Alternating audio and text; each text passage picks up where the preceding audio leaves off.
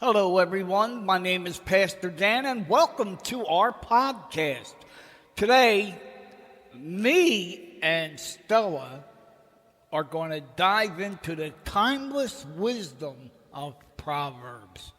We're going to discover the cultural values and the life lessons embedded in these traditional sayings, and explore how they reveal universal truths and practical wisdom.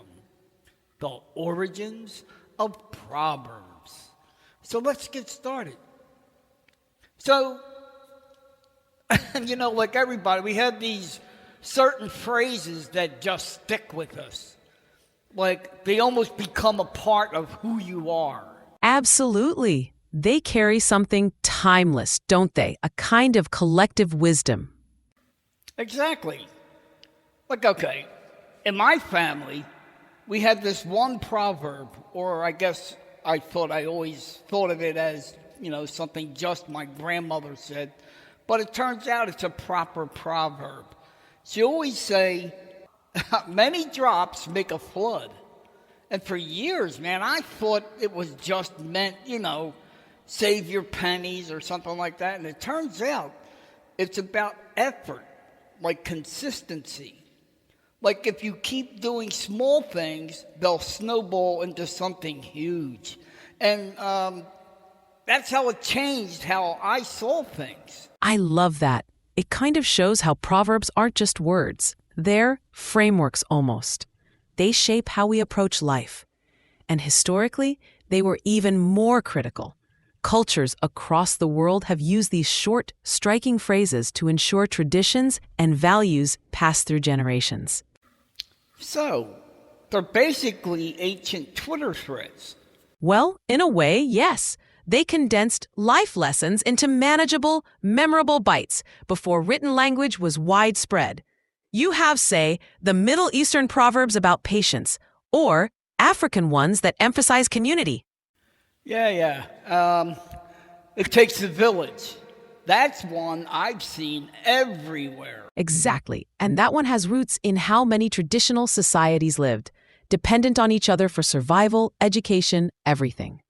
Proverbs like that weren't just sayings. They were reminders of essential truths. It's kind of wild, though, isn't it?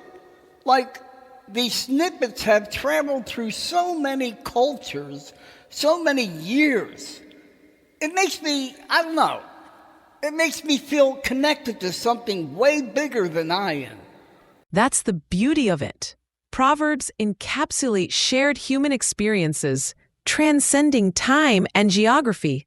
They adapted to fit the societal structures and challenges of their era, giving a window into how people lived and thought. And argued probably, right? Undoubtedly. But even then, the Proverbs often advocated reconciliation or harmony. It isn't surprising they've endured. Okay, but here's my question. If they started in totally different places, why do they all have kind of similar vibes? Like patience, hard work, don't be lazy. Well, these ancient communities just like writing the same stuff in parallel, are they? An excellent question. And actually, there are common threads we see across cultures, themes like resilience, morality, and shared responsibility. Okay, so picking up on that, why is it that Proverbs from completely different continents often end up with the same themes? Were ancient communities somehow swapping notes we didn't know about? So take resilience, for example. Do you think that's because life was just harder back then? That's certainly one reason. Survival was a daily struggle for most communities, so resilience wasn't just appreciated, it was essential. And those lessons were often summed up in Proverbs. For instance, fall down 7 times, stand up 8 is a Japanese proverb that speaks to this idea. Hey, that's pretty funny. But that one's so good. Like, get up, brush yourself off, and keep going, right? Exactly. It's a lesson rooted in enduring hardship and persisting despite it. but it's not unique to Japan. If you look at the African proverb, however long the night, the dawn will break, it's a similar message of hope and endurance through tough times. You know, I gotta admit, that one's kind of beautiful and kind of poetic too, right? It is. And proverbs often carry that poetic quality, which is part of what makes them so memorable. But beyond resilience, you often see themes like moral guidance or shared responsibility. Like the Ethiopian proverb that says, when spider webs unite, they can tie up a lion. Oh, whoa. That one gives me goosebumps. I mean, like, it's so visual. Like, you can literally see it happening in your head. That's its strength, isn't it? It conveys the power of working together in a way that's striking and easy to grasp. And I remember hearing a similar idea in a proverb while traveling in Southeast Asia. It went something like, one bamboo stick is easy to break, but a bundle is unbreakable. Okay, hold on, wait. How amazing is it that different cultures came up with almost the same concept, totally independently? It says a lot about how universal some human experiences are. Unity, resilience, morality, these aren't just isolated ideas. They're cornerstones of how we've learned to survive and thrive as a species. Okay, so let's go deeper. I want to decipher the deeper meanings of this. All right, Pastor Dan, you've convinced me that Proverbs hold so much universal truth, unity, resilience, all that timeless wisdom. But here's the thing.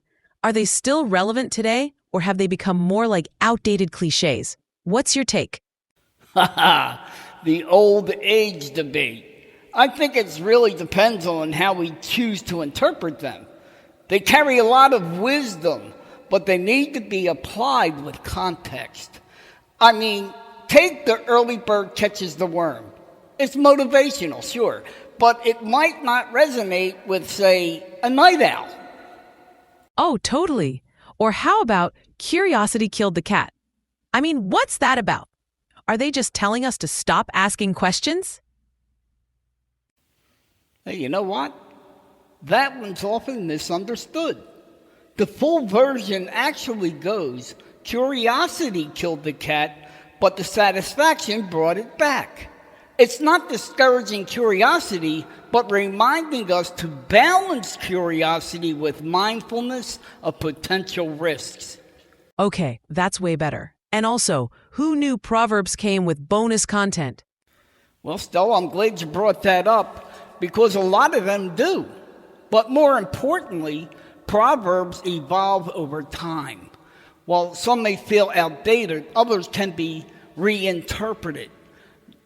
Take, don't put all your eggs in one basket. Originally, it might have referred to literal baskets and eggs. But now it feels almost tailor-made for diversifying investments or interests in modern life. Right. It's like they're kind of time travelers, sneaking their way into our DNs or, our decision-making. Exactly. And it's their adaptability that keeps them relevant. They're mirrors of our values and priorities, reflecting not just who we are, but who we are and who we aim to be. Okay, but real talk. Are we over-relying on these little nuggets of wisdom? Like, do they simplify things too much sometimes? Wow, Stella, that's a fantastic point. They are simplifications by nature. Life isn't always black and white, and Proverbs can sometimes struggle with nuance. But they serve as starting points for deeper reflection and discussion, which is where their true strength lies. So, kind of like, okay, here's the quote. Now let's unpack it. Exactamundo. They're prompts as much as they are answers. And the fact that we're still debating their relevance today speaks to their enduring power. They're sneaky like that. I love it. But you're right. They're like little seeds, and depending on how we plant them, they either grow into something meaningful Or, I don't know, just sit there. Hey, you know what, Stella? That's a perfect analogy. And on that note, I'd say Proverbs reminds us of our shared humanity.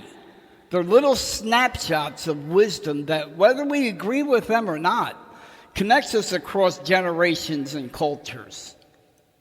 Okay, now you're getting poetic, and I am here for it. Well, this has been a full-on dive into the wisdom of words. Honestly, I think we've only scratched the surface. And that's true, Stella.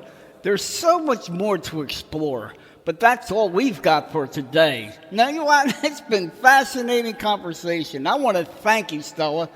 Thank you for being with us today on this podcast. And thank you, Pastor Dan, for having me. And thanks to all of you listening. Go find your favorite proverb and tell us how it fits into your life.